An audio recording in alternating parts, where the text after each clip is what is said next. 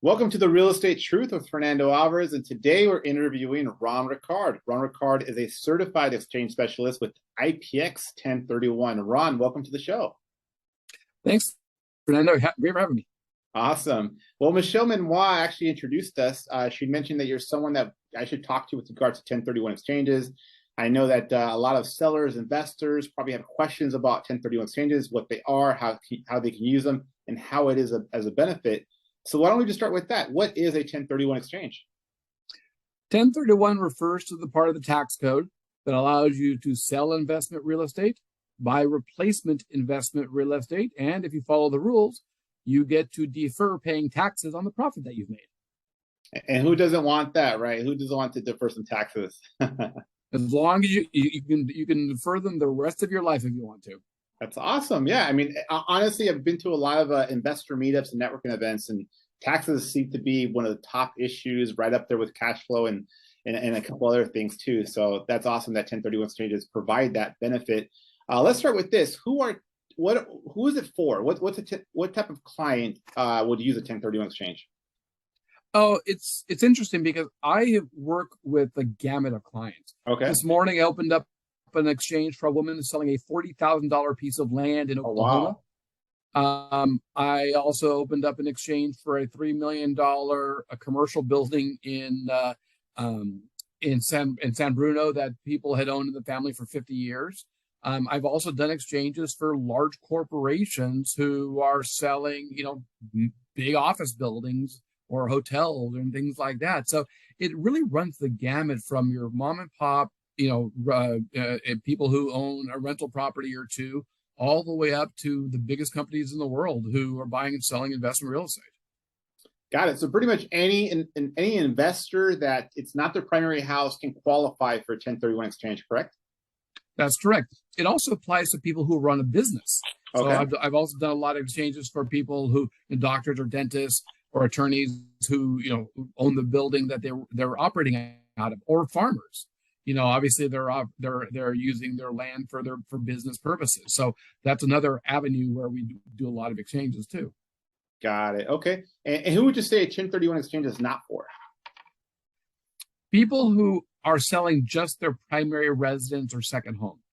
Primarily, it's 1031 has nothing to do with that. Also, It's not for people who are flipping real estate. Oh, because okay. a lot of people in today's market like to fix property and sell it, which is a great business model to make money on, but it does not qualify as investment real estate. So it does not qualify as exchange.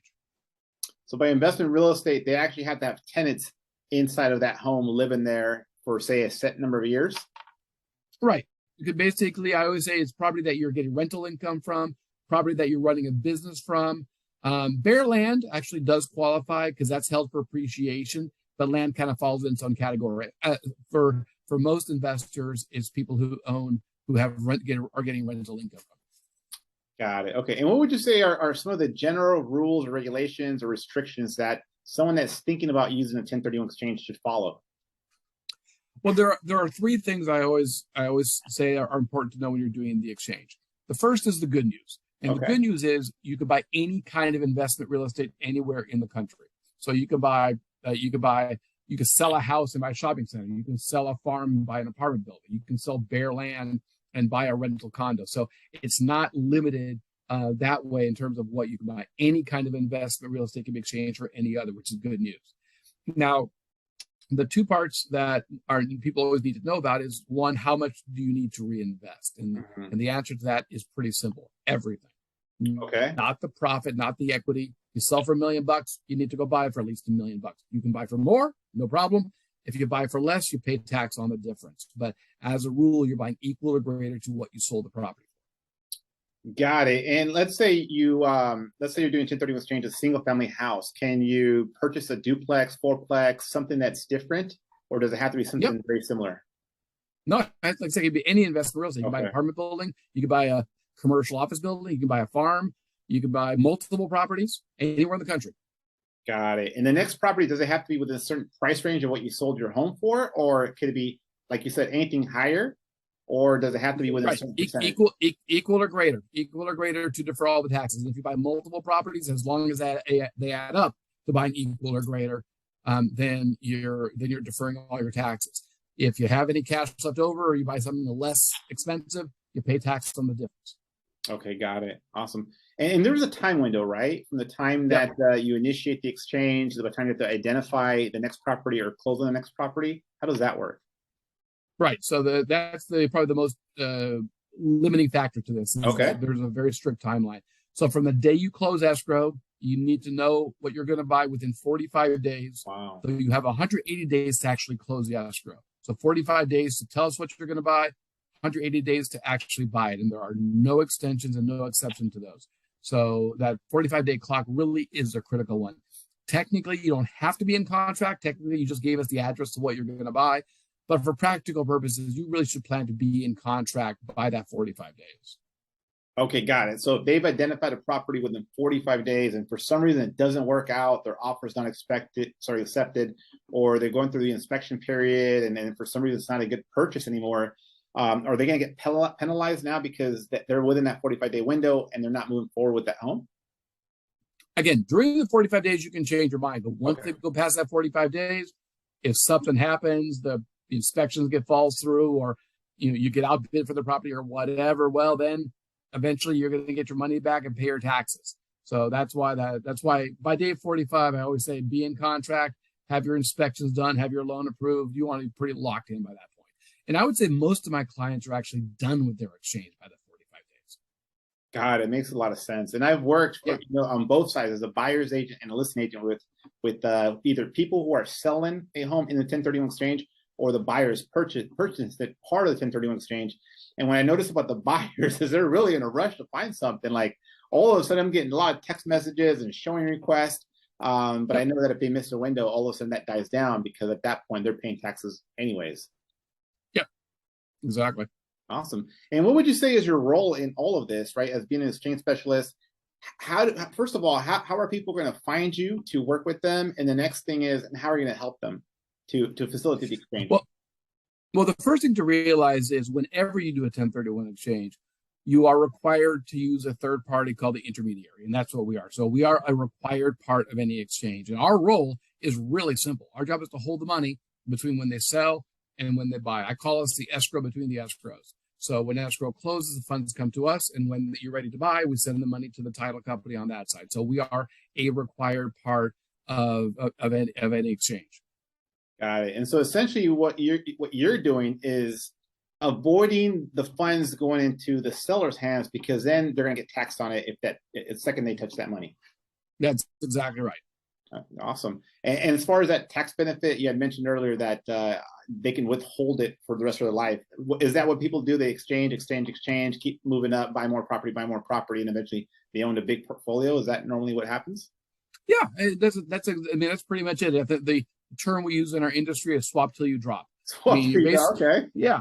I mean, you just keep exchanging. Now, the reality is, as you get older, as things develop, your needs for your real estate change. Mm-hmm. If you're young, you want to build that big real estate portfolio. Well, maybe now you're going to get to the point where I got a great portfolio, but it's not doing a lot of cash flow. So maybe now I'm going to exchange it into something that's going to give me better cash flow. Maybe now when you're older, you're going to say, well, that's fine, but now I want something easier to manage. So I'm tired of managing real estate. So the reason you do the exchange isn't just to defer taxes. I would say it's probably not the main reason. You do the exchange because you want to reposition your money, because you want to buy something for you that's better tomorrow than what you own today. That term better is very subjective, but essentially it's what are you looking for out of your real estate? What are you not getting today that you want? 1031 is a tool that allows you to get from what you own today to what you want to own tomorrow. You know what? I think about the example that I've seen sometimes where someone has a pen and eventually they turn that pen into a car, right? Or a watch or whatever it may be, right? I'll sell you this pen or I'll trade you this pen and you give me a pair of shoes. And those pair of shoes, I might buy, I don't know, a video game console and on you go. Right. And over time, you eventually have, like you just said, what you couldn't have purchased back then. Now you can purchase because, essentially you've been doing the exchanges up until you got to the point where you purchased what it was that you were looking for.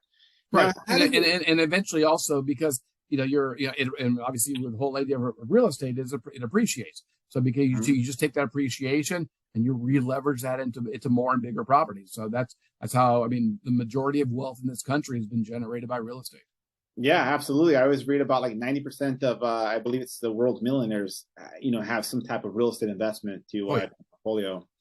And how does it work with like, say that the like you just said, right? People keep exchanging, they never sell. Now the properties, I don't know, right? Get sent, not sent. I don't know what the right word is. The children get the properties, right? Or the portfolio at some point. How does it work at that point if the children want to sell those properties and basically capitalize on the cash? Well, one of the things about the tax code in this country is that when you pass away, whoever inherits your assets, not just real estate, all of your assets, they get what's called a step up in basis. In other words, whatever the property is worth at your passing, that becomes their starting point. So it's like they acquired it from you at the value at your death, and all the capital gain that you had in that property all disappears. Wow. And so that's the real beauty of the 1031. That's why we say swap till you drop, because when you pass away, all of your gain disappears. Your heirs get that step up in basis. They can sell the day after your funeral, pay nothing in taxes, or they can keep owning it and goes up in value from there. I think that's great, right? Because essentially now you're not putting the burden on your children. Say, hey, I'm giving you all this property, I'm passing away, or whenever I do pass away. But if you do sell it, now you're owning 30% or 40% in tax. Essentially, you're back at square one at that point. Right, exactly. Awesome. And as far as to do the 1031 exchange, I mean, we're talking about all the benefits, the taxes that you save, all the positive things. What would you say are some of the fees involved, or how much does it cost a seller to do a 1031 exchange? The cost of a 1031 is nothing. It's $1,000 when they sell and $250 when they buy. So it's a really a nominal cost. For us, it's just paperwork. Got it. Awesome. And would you say that there's any common mistakes that sellers make when they start the 1031 exchange process, other than maybe the 45-day window? Anything else that maybe they should be aware of? Well, the timing on the thing is really the crux. And what drives me crazy sometimes. In fact, I just got off the phone with somebody who they want to sell a piece of land, and they got a 10-day offer. It's like, why would you accept a 10-day offer? That 45-day clock is going to start in 10 days. Ask for longer escrow. Give yourself more time to find something that you want to buy. So the biggest mistake I see is people not having any respect for that 45-day timeline, because it goes by. I always say they're the fastest 45 days of your life. Well, I would even say in our market here in Silicon Valley, it's such a low inventory market that 45 days doesn't sound like a lot, because I get from my buyer clients tell me all the time, there's not enough inventory, there's not enough options out there. So I can only imagine when you're an investor and you're trying to find something that makes financial sense, that 45 days is going to feel pretty rushed. Yeah, and I mean, I think the market's a little bit softer now than it was 6 months ago. Yeah, absolutely. But I was shocked the number of people who did exchanges back in January and February. I did record volume back in January and February when historically those are always the low inventory months anyway. And this year was even so. But people still did a ton of exchanges, and the vast majority were successful in finding properties.